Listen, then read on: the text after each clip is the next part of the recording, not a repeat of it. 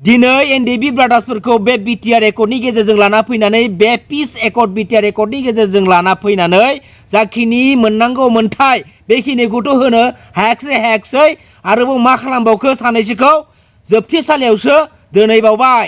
बेनि आन्दोआव जोंनि हारिनिनो ओरैबायदि स्टुपिड पलिटिकेल लिडार्सफोरनि आखाइ दं रायजो राजा नोंथांमोन। नाथाय रायजो राजा नोंथांमोना नुबाबो हमदांनो हाबाबो समनि माखासे गुलाय गुजाय फाखनाव आन्दायबायनानै थानांगौ जानानै गासैबो रायजो राजा नोंथांमोनखौ आं खुलुमहरग्रोनाय जाबाय, लोगोसे आंनि बे चेनेलाव बरायनानै लानाय जाबाय। गोरोन्थियानो बे गोरोन्थिया आंनाव जायाथों मानो बा सोरनावबा जायाथों मानो बेखौ आसि थुनानै होनाय दायित्वआ जों गासैबो रायजो राजानि आखायाव। नाथाय नोंथाङा बे गोरोन्थिखौ नुनानैब्लाबो नुयै बायदि जानानै फोरमायालासिनो थानाया बेसो बयनिख्रुइबो देरसिन गोरोन्थि। दा समाव गोबां सुबुंफोरानो खौसेथिनि बाथ्राखौ लानानै गावबा गावनि गोसोआव बेरखांनाय जाखिनि बाथ्राफोर बैफोर बाथ्राफोरखौ ससियेल मिडियानि गेजेरजों शेयार खालामबाय थानायखौ जों नुनो मोनगासिनो दङ।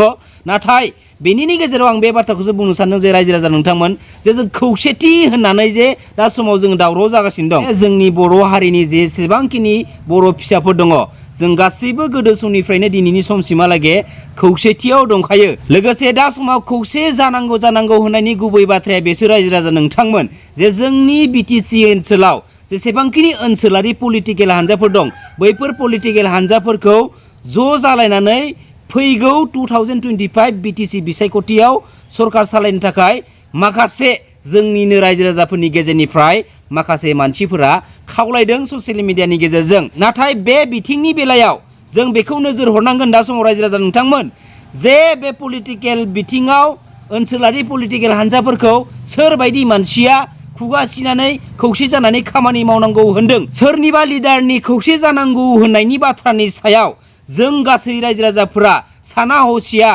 बै बुंनाय बाथ्राफोरखौ सं दाना हलासिनो जुदि बै बाथ्रानि उन खारफायोबा जों रायजो राजानि गोरोन्थि। बेखायनो सोरबायदि लिडारा दा समाव जोंनि ओनसोलारि पलिटिकेल हान्जाफोरखौ खौसे जानानै खामानि मावनो थिनदों बैफोर लिडारफोरखौ जोङो एसे नायबिजिरग्रोनांगोन जे थारैनो बैफोर लिडारफोरा सैथोखौ बुंमारदोंना बुंमाराखै।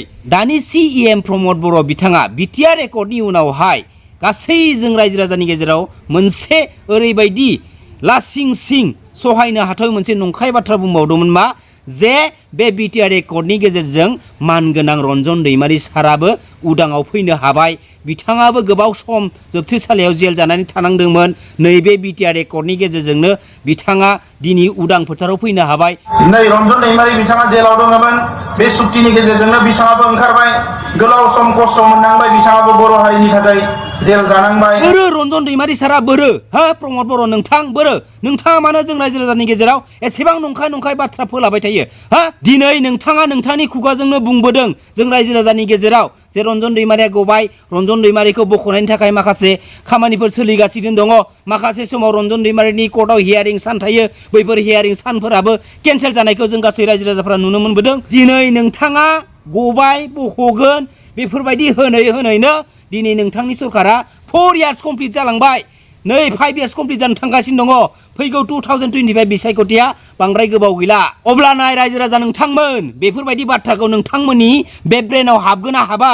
जों ओरैनो दावराव जाया, जों ओरैनो ससियेल मिडियायाव फैयाखै, मिथिबाय? ससियेल मिडियायाव ओंखारनायनि गोबां जाहोनफोर दं। बैफोर जाहोनफोरखौ नोंथांमोना लासैनो मिथिलांबाय थानो हागोन। आंथ' दिनैनि समाव बे बाथ्राखौ बुंबावनो सानो जाय समावनोखि न' बड'लेण्ड नरेस्ट बड'लेण्ड मुभमेन्टनि सोमावसारनायखौ प्रमद बर'नि आखायाव लिडिं रल खालामदोंमोन बा प्रमद बर'आ लिड लादोंमोन, बै समाव जाखिनि जोंनि हारिनि रायजो राजाफोरा एसेबां सात जाला खस्थ' सहायनांदोंमोन। दिनै जों रायजो राजाफोरा बिनि फिथाइखौ मोनाखै। नाथाय नोंथां प्रमद बर'आ नोंथांनि जाखिनि मोननांगौ बायदि फिथाइ नोंथाङा दिनै मोननो हाबाय।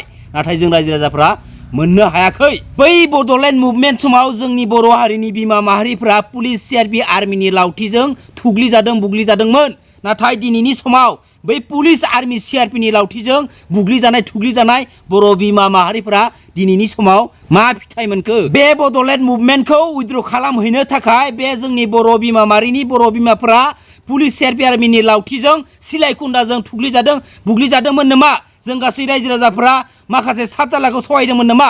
बुं नोंथाङा फिननाय हो गोबां फिननाय होनो दं प्रमद बर' नोंथाङा जों रायजो राजानो मिथिबाय नोंथाङा फिननाय हो दा समाव प्रेस मिट खालामनानै ससियेल मिडियानि गेजेरजों मिडिया पर्टेलनि गेजेरजों नोंथाङा फिननाय हो हायोबा हो फिननाय हो जोंनि ओनसोलारि हानजाखौ अर्थात बिपिएफ आरो इउपिपिएल बे मोननै हानजाखौ खौसे जानो थिनदों बेयो जोबोद गोजोनथाव बाथ्रा नाथाय बे खौसे जानो थिननाय बाथ्रानि सिङाव आरोबाव जुदि पलिटिकेल इस्यु बा गेम दंबावोब्ला आरोबाव जों रायजो राजाफोरा खस्थ' भुगिनांबावगोन रायजो राजा नोंथांमोन बे बाथ्राखौ गोसोआव लाखि बेनिखायनो सानै हयै एसे धोर्ज लानानै आगान हो दा समाव जोंनि हारियाव जेसेबांखिनि लिडार्सफोर दं जों गासैबो लिडार्सखौ जों बरायो मानोना जों गासैबो सासे बिमानिनि फिसा जोंनि थैया गासैनाबो एखे समान बेखायनो जों रावखौबो गाज्रि मोना नाथाय दिनैनि समाव जोङो माखासे लिडार्सफोरनिफ्राय गोबां सोंथिनि फिननायखौ मिथिनो गोनां आद्रा दङ बैफोरनि फिननायखौ जोंनो दिनै नङा गाबोन नङा सानसे समावब्लाबो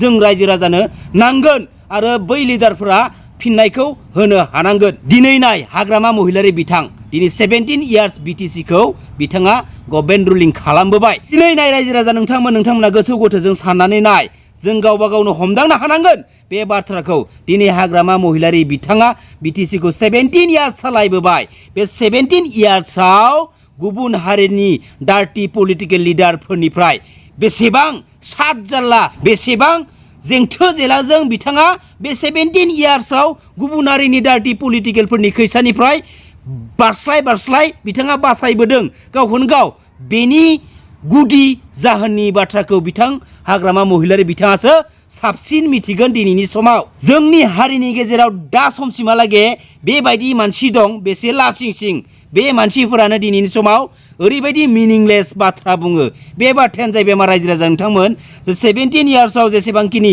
गाज्रि जाथाय थासारिफोर जालांदों बैफोर थासारिनि दायनिगिरिया हाग्रामा महिलारि बेनिफ्राय दा समनि सरकारनि दैदेननाय समाव अर्थात प्रमद बर' बिथांनि दैदेननाय सरकारनि समाव जाखिनि जाथायफोर जालांदों बेफोर जाथायनि दायनिगिरिखौ प्रमद बर' बिथांनाव जाबसिनदों बेबायदि नङा एक्सुअलि बे जिखिनि जाथाय थासारिफोर सोमजिलांदों बे जाथाय थासारिया सोरबा प्रमद बर'नि थाखाय जायाखै सोरबा हाग्रामा महिलारि बिथांनि थाखाय जायाखै बे जाखिनि गाज्रि थासारि सोमजिबाय दङ बे थासारिया जोंनि बै जारिमिन समनिफ्रायनो जाबोगासिनो दङ जोंनि बै जारिमिन समाव बेफोरबायदि पलिटिकेल पार्टिफोर दंमोन होनबा बै मोनसे समाव गैयामोन नङा होमबा बै जारिमिन समनिफ्रायनो जोंनि हारिखौ गुबुन हारिफ्रा माबायदि गाख्रेबनो हागोन माबायदि हागोन हाया बेफोरबायदि माखासे गाज्रि लामाजों जोंनि हारिखौ नाख्रेबनो गादबनो बिथांमोना दिनैनि समसिमहालागै जुजिबोगासिनो दङ बेखायनो जोंनि हारिनि गेजेराव जेसेबांखिनि गाज्रि थासारि सोमजियो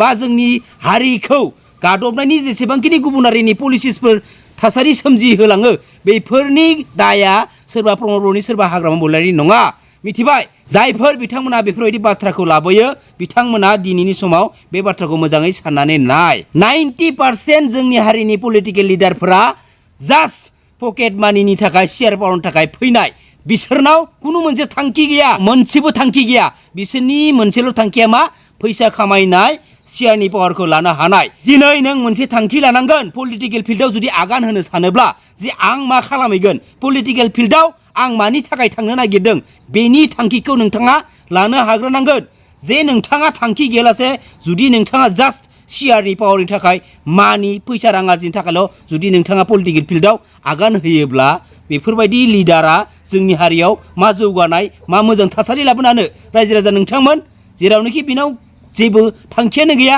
थांखिया खालि बिना रां आरजिनाय आरो शेयारनि पावारखौल' मोननाय बेफोरबायदि 90% लिडार दं जोंनि गेजेराव दा समाव बेनिखायनो जों रायजो राजाफोरा बेफोरबायदि लुबैसुला लांसुनिया पलिटिकेल लिडारनि खैसारनिफ्राय गोजानाव थानो नाजा दिनैनि समसिमहालागै हाग्रामा महिलारि बिथांनि पलिटिकेल केरियारखौ गुबुन हारिनि माखासे डार्टी पलिटिकेल लिडार्सफोरा जोंनि हारिनिनो माखासे सानैसो लिडार्सफोरखौ जं अस्त्र खालामनानै बे पलिटिकेल फोथाराव हाग्रामा महिलारि पलिटिकेल केरियारखौ फोजोबनो नाजानाय माखासे पलिटिकेल पलिसिफोराबो सोलिबाय थानायखौ जों नुनो मोनबोदों नाथाय बिथांमोना दिनैनि समसिमहालागै साक्सेसफुल जानो हायाखै जेरावनोखि जोंनि हारिनिनो गावनि हारिनिनो माखासे सानैसो लिडार्सफोरखौ बायनानै इउज खालामदोंबाबो बिथांमोना दिनैनि समाव साक्सेस जानो हायाखै लोगोसे जों रायजो राजाफोरा साक्सेसफुल जानो होनाय नङा बे बाथ्राखौ जायफोर जोंनि हारिनिनो सेल्फिश बै सानै साथामसो लिडार्सफोरा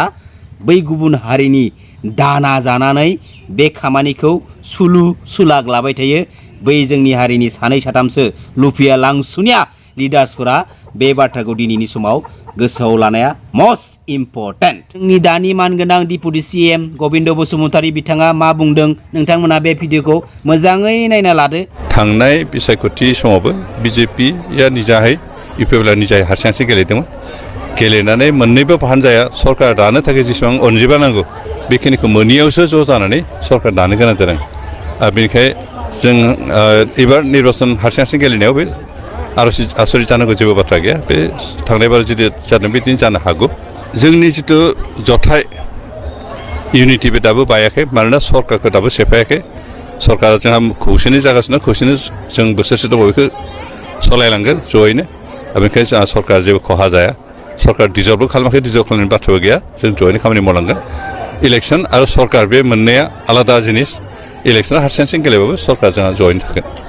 UPL आरो BPF आसलते शत्रु नङा। मात्र नीति आदर्श आलादा आलादाखाय आलादा आलादायै गाव गावनि थांखियाव गसंनानै इलेक्सन गेलेलायदों। दा पलिटिक्सआव रावबो अरायबो मावगोन रावबो अराय समनि शत्रुबो नङा रावबो अराय समनि लोगोबो नङा। बे पलिटिकेल पार्टिफोरनि पलिटिकेल लिडारफोरनि मोनसे आखुथाय। रावबो रावजोंबो पार्मानेन्ट बिदि शत्रुबो गैया रावजोंबो पार्मानेन्ट बिदि मित्रबो गैया। बेनिखायनो गाबोन UPL आरो BPF ज' जायोबा बुजा थालायबाय बे आसरित जानो गोनां बाथ्रा नङा। लोगोसे बे भिडिअखौ नायनानै आं मा मोनदांनो हादों मिथिबाय जे बिथाङा बुंदों जे थांनाय समावबो जेरै BJP-जों एलायन्स जानानै BTC सरकारखौ दादों दा समाव BJP-या फैगौ 2025 बिसायख'थियाव जुदि हारसिङै गेलेनो होननाय बाथ्रा बुंदोंब्लाबो फैबाय थानाय समाव थांनाय समफोर बायदिनो BJP-जों ज' जानानै सरकार दानायनि माबा मोनसे थांखि जाहैनोबो हागौ। बेफोरबायदि बाथ्राखौ बिथाङा दोनहरनाय बायदिखौ आङो हमदांनो हादों। लोगोसे नेक्स्ट भिडिअ लोगो मोनलायसिगोन। खुलुमबाय। जै बर' हारिनि जै बर' बिमानि।